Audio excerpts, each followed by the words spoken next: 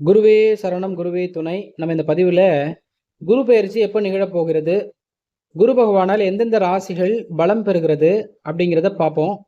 ஒவ்வொரு ராசிக்கும் இந்த குருவினுடைய இடப்பெயர்ச்சி என்ன குருவாக வராரு அப்படிங்கிறதையும் பார்ப்போம்.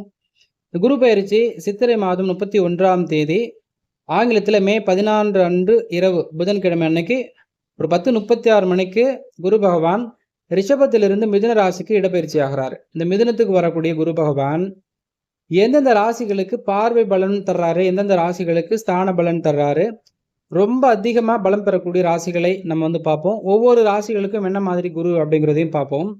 குரு பகவானுக்கு 5ஆம் பார்வை, 7ஆம் பார்வை, 9ஆம் பார்வை அப்படின்னு இந்த 3 பார்வையுமே ரொம்ப பலமான பார்வை. அதில் உங்களுடைய மிதுனம் ராசிக்கு 5ஆம் இடத்தில் வரக்கூடிய துலாமை 5ஆம் பார்வையாகவும், மிதுனத்திற்கு 7ஆம் இடத்தில் வரக்கூடிய தனுஷை 7ஆம் பார்வையாகவும், கும்பம் ராசியை 9ஆம் பார்வையாகவும் குரு பகவான் பார்க்கிறாரு. இதுல கும்பம், தனுசு, துலாம் இது பார்வையால் அதிக பலம் பெறக்கூடிய ராசிகளாக இந்த 2025 வருது. சரி, ஸ்தான பலனாக எந்தெந்த ராசிகளுக்கு அதிக பலன் அப்படின்னு பார்க்கும் பொழுது, ரிஷபத்துக்கு 2ஆம் இடத்தில் வரக்கூடிய தன குரு அப்படிங்கக்கூடிய ஸ்தான பலனால ரிஷப ராசி பலம் பெறுகிறது. சிம்மத்துக்கு 11ஆம் இடத்தில் வரக்கூடிய குரு பகவானால லாப குரு அப்படிங்கக்கூடிய பலனால் குரு பகவானால் சிம்மம் ராசி பலம் பெறுகிறது. கன்னிராசிக்கு 10ஆம் இடத்தில் வரக்கூடிய குரு தொழில் குரு அப்படிங்கக்கூடிய பலனை பெறுகிறது. மீனம் ராசிக்கு 4ஆம் இடத்தில் வரக்கூடிய குரு சுககுரு அப்படிங்கக்கூடிய பலனை பெறுகிறது.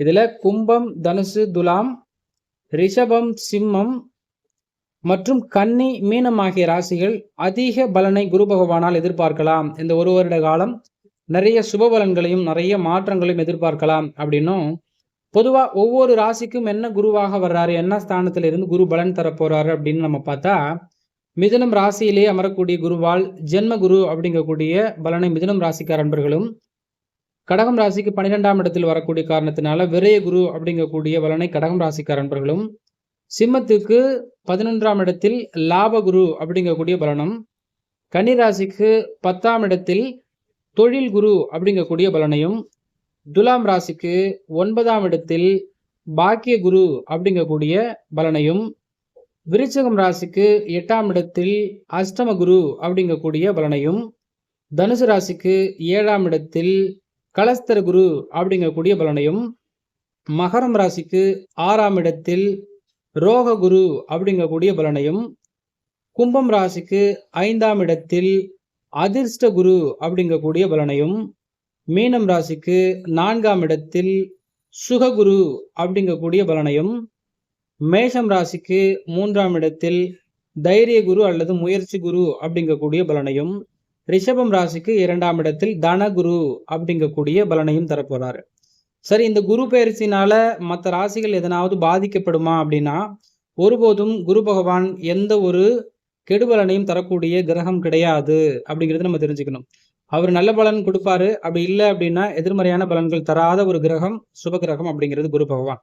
குறிப்பாக இந்த தனக்காரகனான குரு பகவான் ஒரு ராசியில அமர்ந்து இப்போ மற்ற ராசிகளுக்கு பார்வை விடும் பொழுது, ஒவ்வொரு ராசியையும் அடிப்படையாக வைத்து நம்ம பார்க்கும் பொழுது, லக்னத்தை அடிப்படையாக வைத்து பார்க்கும் பொழுது ஸ்தான பலனாக நிறைய நற்பலன்கள் எல்லா ராசிக்குமே வரும். அதுல எந்தெந்த ராசிகளுக்கு என்ன மாதிரியான பலன் அப்படிங்கிறது ஒவ்வொரு ராசிக்கும் தனித்தனியாக குருவினுடைய பார்வை பலம் மற்றும் ஸ்தான பலத்தை நம்ம பதிவிட இருக்கிறோம். நீங்க தொடர்ந்து இணைந்திருங்கள். குருவினுடைய அனுகிரகமும் அருளும் அனைத்து ராசிகளும் பெற வாழ்த்துக்கள். நன்றி. வாழ்க வளமுடன்.